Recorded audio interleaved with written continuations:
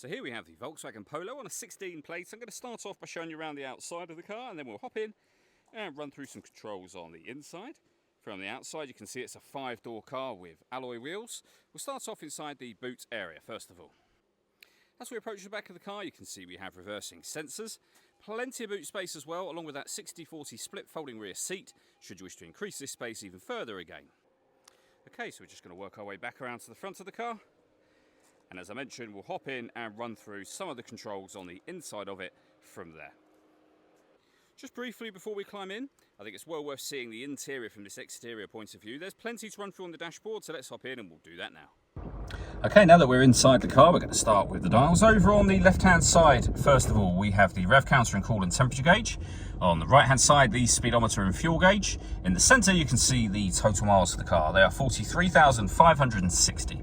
Above that, we have a digital readout for the speedometer. You can change that information using buttons on the steering wheel for various bits of trip computer and fuel economy information. You can change that information to various different menus using the buttons on the right-hand side of the steering wheel just here. We have stereo controls beneath that. Stereo controls continue on the left, along with cruise control just here. Over into the centre, we then have the touch screen. Firstly, above that, you can turn your parking sensors on and off. When they are on, you get a visual guide to the sensors, as you can see. Hazard warning lights, rear heated screen, and this button turns off the stop and start. This car is designed to cut out when it's stationary in traffic, which in turn will save you fuel. The system is off when that light shows. This is touchscreen, so you can go through the main menu this way. You can also use this dial, or you can go into certain menus directly. For example, radio, where you'll see this car has got DAB, FM and AM.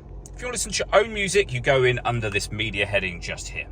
And then again, down in the bottom left-hand corner, you'll be able to see we have a CD player, SD memory card input, USB input, auxiliary input, and Bluetooth audio. So once you've paired your phone, you'll be able to make and receive phone calls and stream your music wirelessly as well. Working our way down, we have the air conditioning. You can determine the temperature, fan speed, and direction of the air. The air conditioning is on at the minute, so that's off. Back on, you can recirculate the air that's already in the car.